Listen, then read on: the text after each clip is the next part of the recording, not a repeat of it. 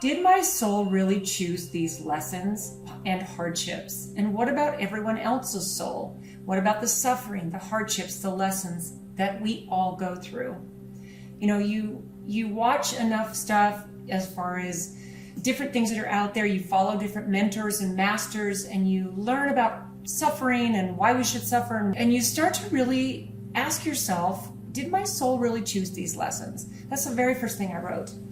So all the things that people go through, like extreme poverty, homelessness, abuse, not just today, but throughout all of human history. These are the age-old questions, right?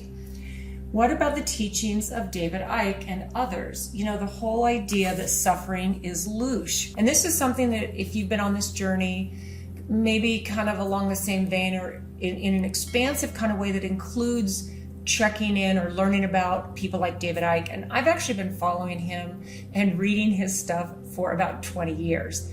It really sped up during 2020 and since.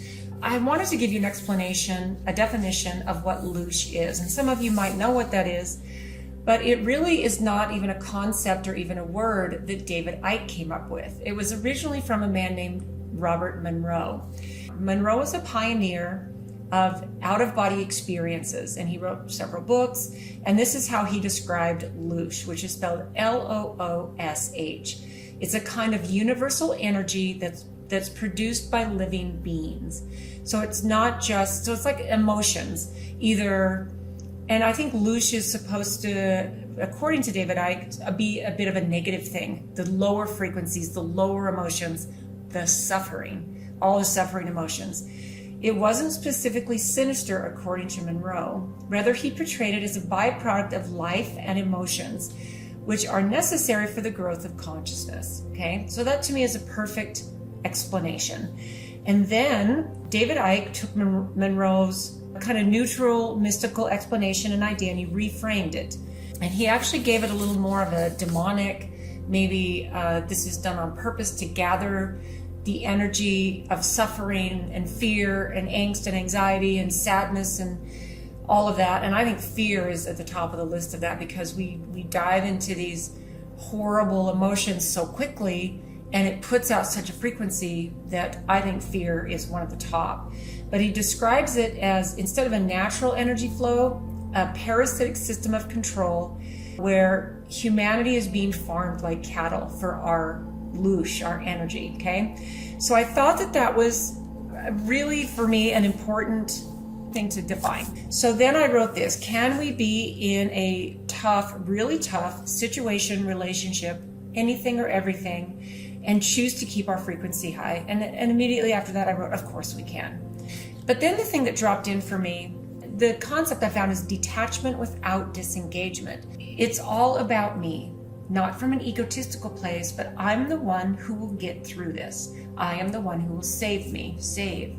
Okay, we've been hearing this for a long time. There's no one coming to save you, save us. Okay, what happens when you reach the point or place where you really embody this? And that's where I came up with the idea of detachment without disengagement. Okay, you feel like this, you get to watch the rest of humanity with a little bit of detachment. You know, you're no longer upset, bothered, or triggered in any way. So this is a place where you observe life unfolding without being constantly pulled into reactivity. You know, so think about that. Something happens and you immediately react. Okay, so you reach this place where you're no longer pulled into reactivity. So there are several explanations for viewing life through this lens, and I found these so fascinating. The first one is the psychology explanation. This is called response flexibility in modern psychology. This is the ability to notice a stimulus, something that might normally bother or trigger you, and pause before reacting. So there's also a spiritual or a mystical explanation to this detachment without disengagement. So this basically describes a stage of personal sense of me, and it transforms, okay? This can be seen as a state of non-attachment. Suffering drops because clinging and aversion lessen. So the clinging to those ways that seem comfortable because they're just familiar to you, that all lessens. You might be experiencing awareness recognizing itself, the realization that all of this arises in me as me. Okay, this is kind of like just different mystical teachings.